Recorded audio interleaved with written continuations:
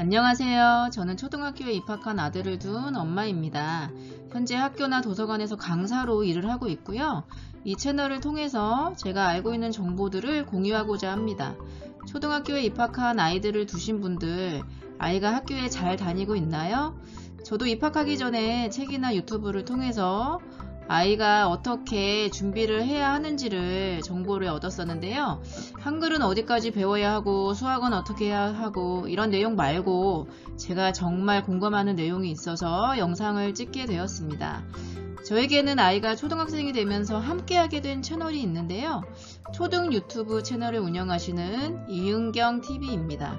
이분이 책을 여러 권 냈는데 이 중에서 초등학교 입학 준비에 관련된 책이 있었어요. 참 쉽다 초등학교 입학 준비라는 책인데요. 제가 지금부터 말씀드리는 내용들 잘 들어보시고 잘하고 계시다면 정말 다행이고 혹시 못하고 계신 부분이 있다면 지금이라도 늦지 않았으니 잘 챙겨가시기 바랍니다. 이은경 선생님이 아침밥에 대해 굉장히 강조를 하셨어요. 보통 아이들 수업 시간이 9시부터 시작이 되죠. 4교시가 끝나면 저희 아이 같은 경우 11시 40분인데요. 거의 3시간의 활동을 해야 해요. 아침밥을 못 먹고 간 아이가 있다면 정말 힘들 것 같은데요. 저도 종종 아침 9시에 학교에서 수업을 하는 경우가 있어요. 어느 날 아이들이 너무 힘이 없길래 밥 먹고 왔냐고 물어봤더니 안 먹고 왔다고 하는 아이들이 꽤 있더라고요.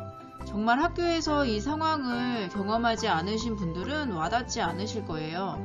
아이가 힘이 없고 기운이 없는 상태에서 진행되는 수업은 아이나 선생님이나 다 힘들어요. 우리는 아침 내내 쫄쫄 굶을 수 있나요?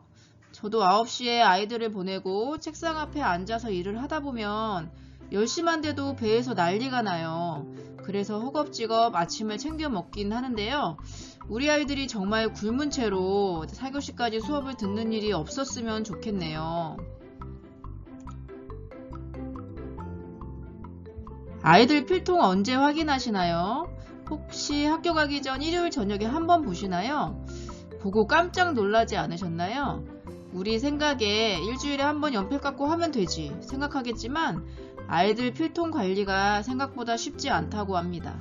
저도 이 책을 보고 그날 당장 우리 아이의 필통을 열어보았는데요. 정말 깜짝 놀랐어요. 연필을 깎았는지 연필 찌꺼기가 필통 안에 굴러다니고 지우개는 새까맣게 변해 있더라고요. 이 책에서는 수요일, 일요일, 일주일에 2번 필통을 확인해 보라고 써 있습니다. 무심코 지나칠 수 있는 부분인데 정말 중요한 포인트인 것 같아요. 아이들의 숙제 집에 와서 바로 할 건지 놀고 밤에 할 건지 정말 고민되시죠? 당연히 엄마라면 숙제부터 하고 노는 아이가 반갑겠죠. 그러나 아이들이 말을 듣나요? 아이들이 숙제를 하지 않고 놀면 엄마는 예민해집니다. 온통 머릿속으로는 숙제 언제 하지 생각을 하게 되고 저녁을 먹고 숙제를 붙잡고 있는 아이를 보면 화가 치밀어 오를 수가 있어요. 이 책에서는 숙제를 미리 하고 느끼는 개운함에 아이가 중독되게 하라고 써 있어요. 우리도 하기 싫은 일 먼저 해치우면 하루가 개운하잖아요. 아이도 이 맛을 알고 기분 좋은 중독이 되어야 한다고 강조하고 있습니다. 아이와 숙제 언제 할 건지 타협하지 마시고 무조건 오자마자 숙제 해놓고 노는 훈련을 시켜주세요. 그래야 엄마도 아이도 즐겁습니다.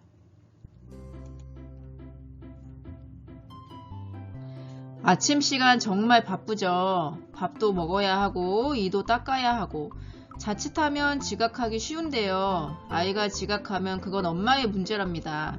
아이가 늦게 일어났다고 아이를 탓할 수는 없어요. 아직 1학년이기 때문에 엄마의 손이 많이 갈 수밖에 없어요. 지각 후에 늦게 교실 문을 열고 들어와서 시작하는 하루는 아이에게 부끄럽고 자존감을 떨어뜨릴 수 있는 하루가 될 거예요. 지각하면 안 되는 거야 라고 단단히 말씀하시고 꼭 미리 가서 앉아있도록 연습시켜줘야 한다고 써 있습니다.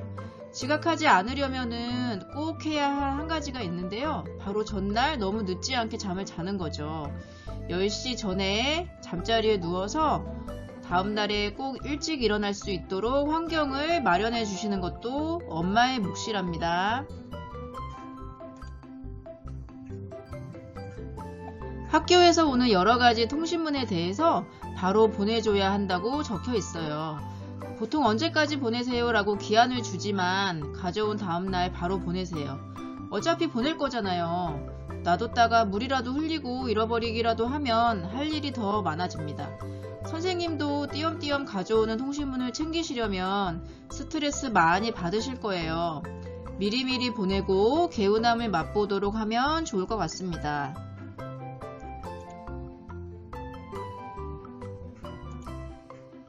책의 중요성은 말 안 해도 다 아시죠? 날마다 책을 읽어주라고 하고 있어요. 날마다 책 읽는 거 쉬운가요?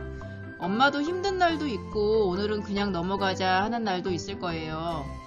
힘든 날은 대충이라도 읽어주라고 써 있습니다. 동화에 나오는 등장인물들의 목소리를 애써 노력하지 말고 그냥 읽어주래요. 그래야 엄마도 책 읽어주는 거에 대해서 부담감이 작아집니다. 제가 이 책에서 가장 지켜야겠다고 느낀 부분인데요. 아이 앞에서 선생님 험담하지 않는 거예요. 나도 모르게 선생님에 대한 안 좋은 이야기가 나올 수도 있어요. 아이는 엄마의 거울이죠?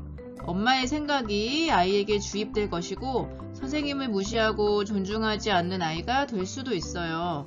그렇게 되면 아이는 선생님의 말을 잘 듣지 않을 것이고 학교 생활이 힘들어질 수도 있을 것 같아요. 우리 이것은 정말 꼭 지키도록 약속해요.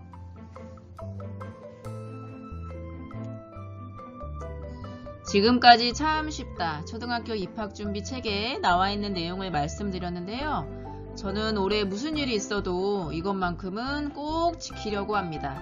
1학년부터 연습이 잘 되어 있으면 엄마도 편하고 아이도 편할 것 같아요.